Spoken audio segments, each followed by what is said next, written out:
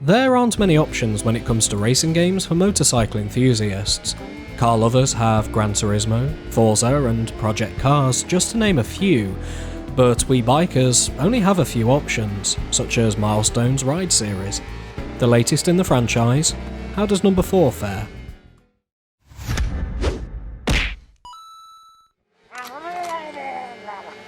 As with most racing games, there's no story here for us to talk about. Rather, you have the run-of-the-mill career mode. This is broken into 4 leagues, with you starting out in the European, Asian or American, before progressing through to the World League.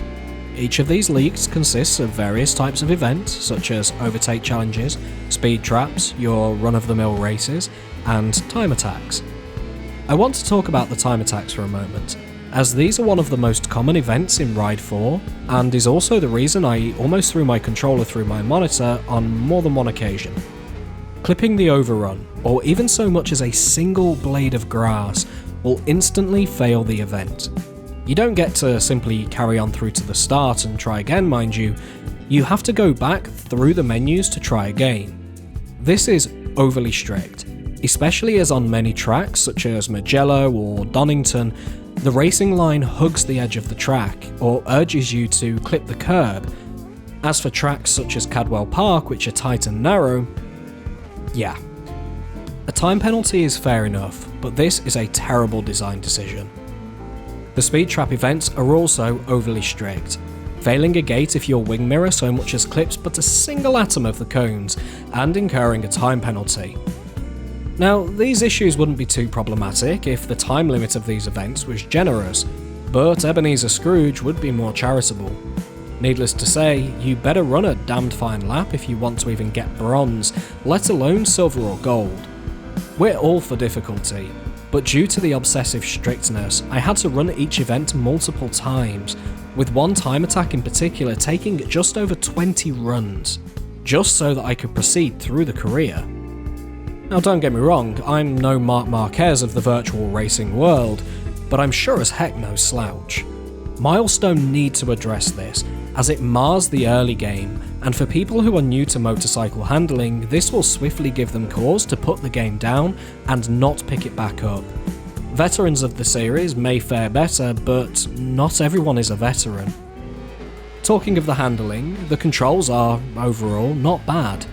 Throttle control is linear, and the throttle reacts just as a real motorcycle would. 50% will still get you to the red line, albeit slowly. Chopping the throttle or pinning it when leant over will almost certainly see you go into a high side, with too little throttle seeing you low side. The brakes are a bit of a mix. The front brake is about right, being stronger than the rear and quickly going into a high side if you use too much in a corner. The rear, however, feels too strong. In reality, the rear brake is only about a quarter as strong as the front, yet here it feels more so.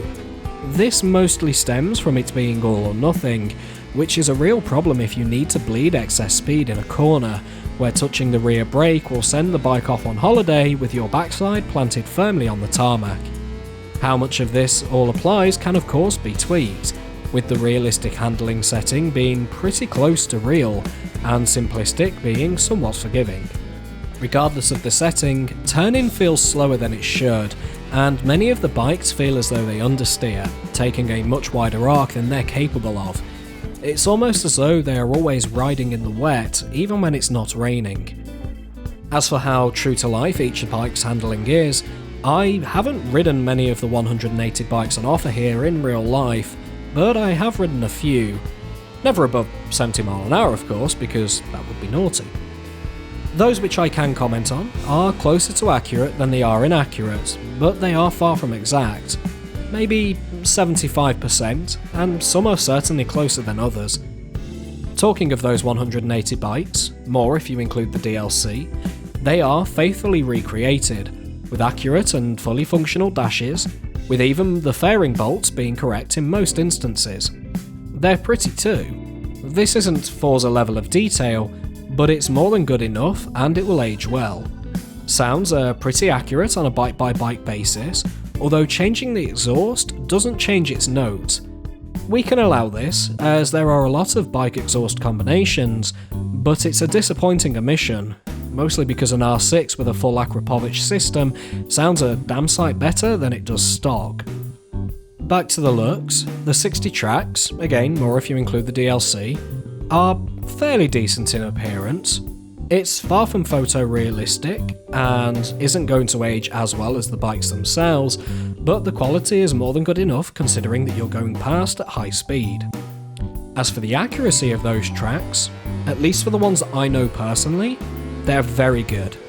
Turn 8 of Cadwell Park, also known as Mansfield, is as steep as it is in reality, and you will easily find the front wheel off the ground, with Turn 12, known as the Mountain, guaranteed to see both wheels in the air and you crashing down with a tank slapper if you take it with too much gusto. This is excellent to see, as a lot of racing games can get these nuances of tracks completely wrong. Facing you on the track is what Milestone have dubbed the ANA, or Artificial Neural Network Agent. Essentially, it's a fancy name for AI that was trained using machine learning. It cannot be denied that this makes for a decently challenging opponent, but it seems that the machine was taught by a bunch of internet trolls, mostly thanks to its incessant need to ram into you at 100 mph, even when you're following the racing line. I ended up using the reverse time option far more than I should have for this reason alone. Setting the bike up for these Demolition Derby style events is fairly in-depth, with full control over the suspension, gear ratios, tyre compound and throttle and brake responses. Additionally, during the races you also have on-the-fly access to electronic aids such as anti-wheelie and traction control. All of this, of course, only applies if you purchase the relevant upgrades for the vehicle. There is more to consider too, such as tyre wear and fuel, which is new to the Ride series. This doesn't really come into play during most races, where you can go for the softest compound and face no repercussions. However, in endurance races, these become critical and need to be managed effectively in order to succeed. We would also like to see tyre heat come into this in future iterations. Going back to the upgrades, there are a fair few options here, such as the engine, exhaust and brakes, all of which increase the performance of the bike. These aren't insane gains, mind you. A full exhaust system gives 6 to 7 brake horsepower and saves a couple of kilos of weight, which are realistic figures.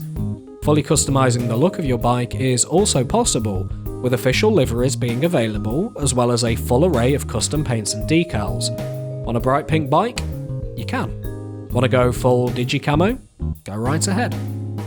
Avatar customization is also here, with a large choice of helmets and gear to choose from, both of which come with the various liveries, or can be customised with decals and paint schemes.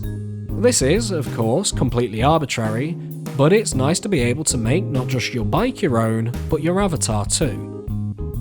Let's wrap this up then. Overall, Ride 4 is a fantastic racing sim, and has done a hell of a lot right. Customization is extensive and realistic, as are the tracks and the bikes, although they need to be retweaked in their turning capabilities. All of this good, however, is dragged down by the career mode, thanks to the over-strictness making it near unplayable at times.